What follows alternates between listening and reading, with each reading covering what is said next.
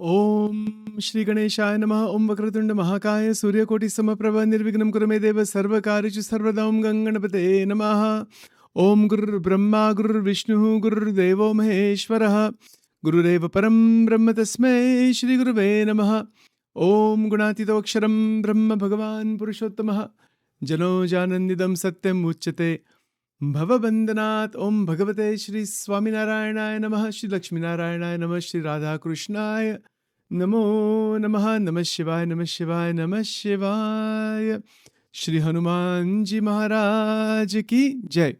Welcome to Nitya Satsang. Today is the 26th of October 2024. I want to offer my prostrations to all the great sages and to Paramatma residing in the heart of every being.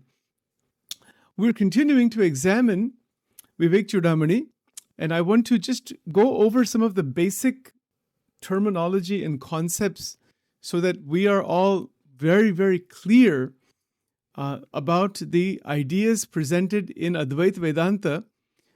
Because without that clarity, what's coming up next in Advaita Vedanta will not be easily understood. So we want to make sure that these concepts are very, as crystal clear as much as possible. So first of all, just to continue from yesterday, Maya has two powers, or Maya has dual powers. So it operates in two primary ways. That is Avarana Shakti, veiling power, and Vikshepa Shakti, projecting power. So we're going to examine this today and maybe next couple of days also. The Avaran Shakti is what? It is the veiling power. It conceals the true nature of Brahman. That which is Brahman is not in our perception, but what is in our perception is the veil. That is the Avarana. Due to this veiling power, we are unable to perceive Brahman directly and instead identify with ego, body, mind. Ego, body, mind, etc. is in our experience. Okay, so that's the basic definition there. Vikshepa Shakti is what? That's the power of Maya that projects the false appearance of the world of duality and multiplicity. Vedanta teaches us, Advaita Vedanta shows us that the world of duality, everything is that we see through the senses, is a false appearance. This is the idea. Right? So that is called Vikshepa. It's a projection. It creates the appearance of the phenomenal world and makes it seem real. It's not real. Brahma Satyam Jagat Mithya. This is the Advaitic idea. That the falsity of the world is shown. Now, which world? Jagrata Avastha, Swapna, and Shushupti. All three. From the point of view of the Brahman and the Atman, these are unreal. But this is the power of Maya. That it creates this phenomenal world for us. Makes it seem real. Like a magician creates an illusion. This projection results in the mistaken belief in the reality of the world. So the belief that we all have inside our minds is that this world is real, and then we are interacting with it and doing everything else with it as if it's the whole and soul. It is real in a relative sense, but it's not actually so. That's what Advaita says. Right? So it's a belief. It's a mistaken belief in the reality of the world and the experiences of dualities, like pleasure, pain, birth, death, success, failure, etc. Okay, so this is called Vikshepa Shakti. We're going to go into this now further. So in Avaran Shakti, let's go back to the Avaran Shakti. The Avaran Shakti is the power of concealment of veiling that obscures the true nature of who we really are. That is Brahman. Again, that's just a word that is used, but it just means vast, unending consciousness. But what is that actually? Well, it's not an object. It is the illuminating power, force, reality behind all of the objects. It's like asking a light bulb, who are you? And the light bulb says, I am the light bulb. But the light inside the light bulb is what? What is that? That is electricity. But the electricity can take any form, isn't it so? So let's use this analogy to understand this point clearly. Just like electricity is, we cannot really see electricity. We have the electrical outlets, we have the breaker system. I mean, just in this room, actually, I have the breakers. So many 15, 20 breakers are there. There's a massive electric current coming into the home, and then it's been stepped down, and then it goes into the outlets. But I cannot see any of it. The Brahman is like that.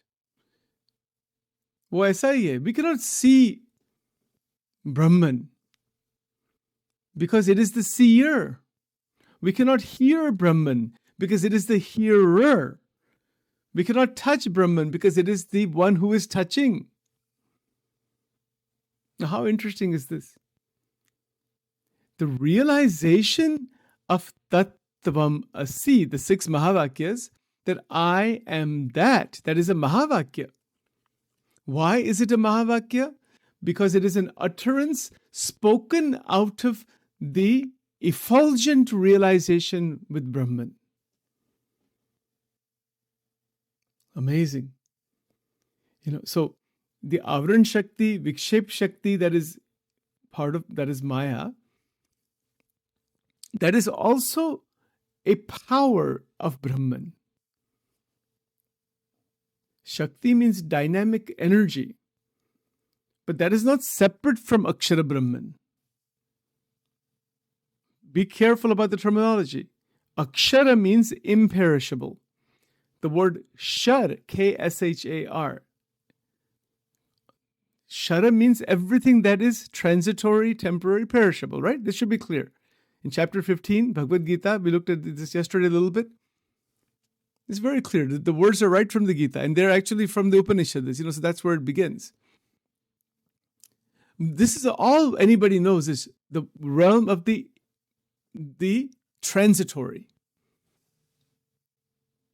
That's all we are aware of. We don't have, as such, as human beings, a glimpse even of Akshara Brahma. Because we are Akshara Brahma, we are the Atman. I'm using Akshara Brahman and Atman in the same breath here, is equal right now. They're actually separate, but I won't go into that. The substance is the same. This is who we are. But we have forgotten through the Maya Shakti, Vikshepa Shakti, Avaran Shakti. Because of that, we have lost ourselves inside Maya.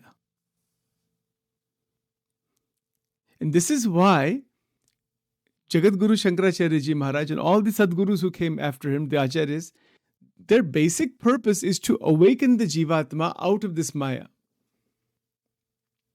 To awaken it. That no, Sachin is a name only to this body. See the Gnan Marg mein kitni amazing baat hai. Who is Sachin?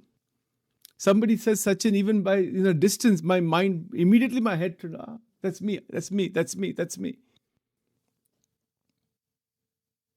Fine, that is our conditioning. But when we sit for contemplation, for Brahmachintan, jab hum Brahmachintan ke liye baithte hai, tab ye naam, roop kuch nahi hai. Chidananda Rupam Shivoham Shivoham. See, we were talking earlier today about the Shiv Upasana, Vishnu Upasana. Namah Shivaya mantra, वो भगवान शंकर की द्वैत भाव में उपासना है. Namah Shivaya, Panchakshari Mahamantra. Shankaracharya has written the Panchakshari Stotram also. For Namah Shivaya, each one of those letters, there's a verse. Panchakshari Stotram. That is amazing. But that is bhakti, right? Now, in Vedanta, what Advaita Vedanta is teaching us is that bhakti of stotras and mantras and scriptures and gurus and teachers and mandirs and jo bhi hai. This is Advaita. I'm not talking about other systems now. Jo bhi hai. It has only one purpose. Realize who you are. The transition from all the mantras and stotras, like with Shankar Bhagwan, for example, Namah Shivaya, and all the different, Shivashtak and Bilvashtak and Lingashtakam and kitne ashtak hai. Vedasaras, Shivastavaha, the Shivatandav Stotram, then so many mantras are there, so many Shiva Sahasranams. From a bhakti upasana point of view, thousands and thousands and thousands of materials are available. Mantras, stotras, shastras, scriptures, teachers, gurus, mandirs, Shivling, Jyotirlings, amazing. It's endless. That is dualistic worship. But what Shankaracharya ji is trying to awaken in Vivek Chudamani is the transition from that dualistic worship of God in general, in any sense, into a non-dualistic realization that the Atma, well, first of all, the realization that I am the Atma, Soham, and then Brahmoham.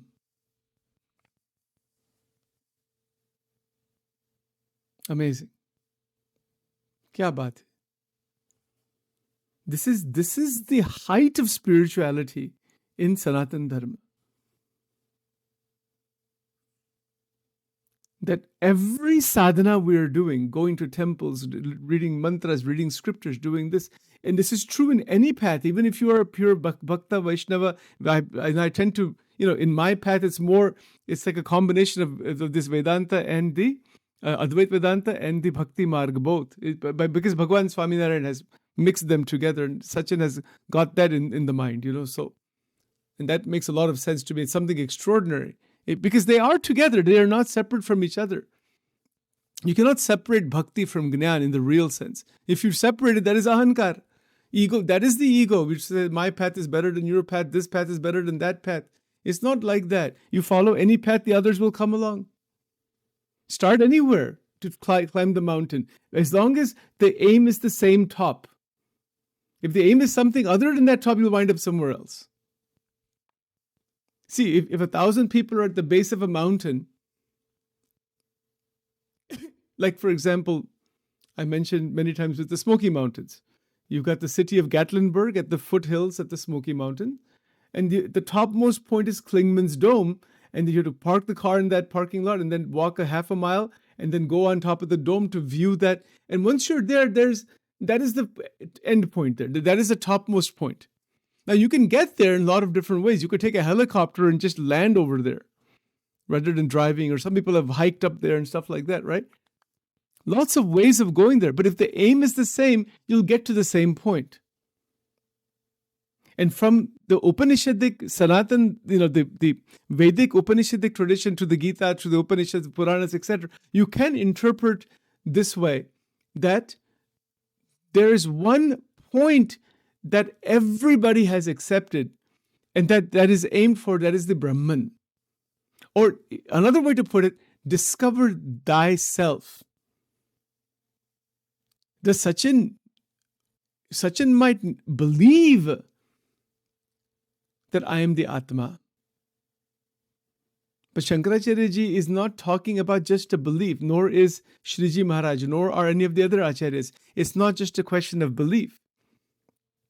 It's much more where the body, mind, senses are so much in alignment with inside bhakti, inside jnana, so that the Avaran Shakti and the Vikshepa Shakti, it actually changes its function, not as Avaran and Vikshepa, it actually goes right in alignment with the realization towards the highest truth. The same Avaran Shakti, Vikshep Shakti, because it is Shakti, it is power, it is energy. It is now going to function in a completely different direction, a direction out of the vortex of the three gunas of Maya. It's amazing. It's absolutely amazing. Yeah, I mean, this is what Brahma Vidya is. Gunatit. Gunatitah sa uchyate. Mentioned this before, chapter 14. Gunon se bahar nikal jana. How can we do so? Our ahankar, our ego cannot take us outside that the sattva gun. Sachin can become sattva guni. Yes, why not? So can you.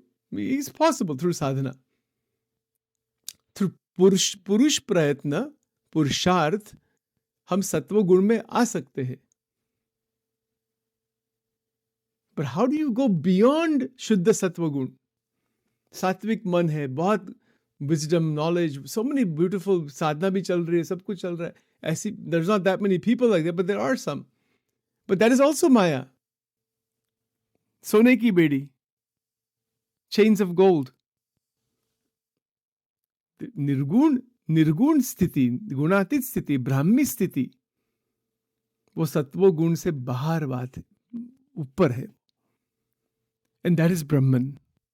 That is Akshardham. That is Bhagwan. Whatever name you want to call, it's beyond the sattvic realm. But to get to that sattvic realm is necessary, because the Bhagavatam teaches us, Srimad Bhagavatam teaches us, that Sattvam Yat Brahma Darshanam. Amazing, huh? By the way, we have not really talked much about that. I'm trying to get into it more. Srimad Bhagavatam. We'll end in just a moment here.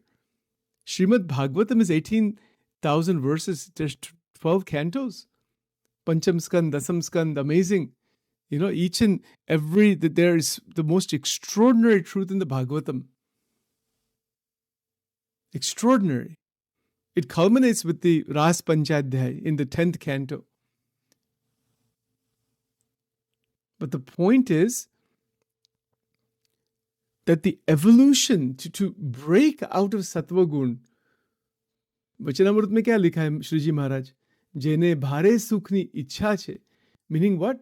He's using simple, like village type language there, sometimes in the Vachanamrut. Because he's speaking to villagers there, that's why. One who is interested in Maha Ananda. Kya amazing baat hai. It's really something extraordinary. These small things we're, but at the most, how much human being can think? I want to be like Elon Musk or something, billionaire, trillionaire. It's all only within the realm of Prakriti. Jagat ke khilone hai. Jagat se bahar kuch nahi hai. In lokon ko anubhav nahi hai. Who is greater, Elon Musk or Shankaracharya ji? Have you ever thought about that question? Line up all the billionaires in the world, they're sitting at a round table with Adi Jagat Guru Shankaracharya ji. What's the difference and what's the similarity? Kiske saath vaibhav hai? Think about, just imagine, and we're sitting with them. We're sitting with all of them. Bill Gates, Elon Musk, and all the other billionaires, 10, 15 billionaires are sitting. And Shankaracharya ji better, as he is. Who is greater? Think about it. Because the billionaires or whoever, kitna bhi aishwarya, power, jo bhi, it is only restricted to this planet. So isme kya badi baat hai? Aise to anant brahmand hai. How many brahmand? Shankaracharya ji can just close his eyes for a fraction of a second. Anant koti brahmand unko dikhte hai. Kya comparison hai? Vachanamrut mein ye baat likhi hai. Sarangpur 10.